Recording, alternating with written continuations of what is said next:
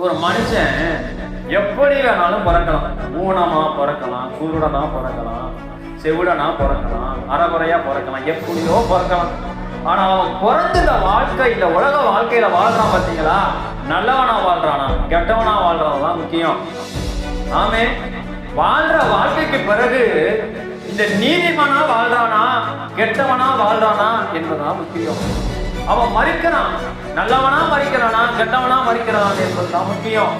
எல்லாம் மறிக்கிறான், எல்லாரும் மறிக்கிறோம். மறிக்கிற பிறகு நரகம் போறோமா பரலோகம் போறோமா என்பதுதான் நம்மளுக்கு முக்கியம். நமக்குள்ள வேதம் சொல்லுது, என் நீதியை கெட்டியாய் பிடித்துக் கொண்டு. அப்ப என்ன ஒரு காரியம் அப்படின்னா, அப்ப நீதியில ஒரு இடைஞ்சல் இருக்கு. நான் நீதியா வாழ்வதற்கு ஏதோ ஒரு போராட்டம், ஒரு சஞ்சலம், ஏதோ ஒரு விஷயம், நான் நீதியா வாழக்கூடாதபடி என்னை தடை பண்ணுது.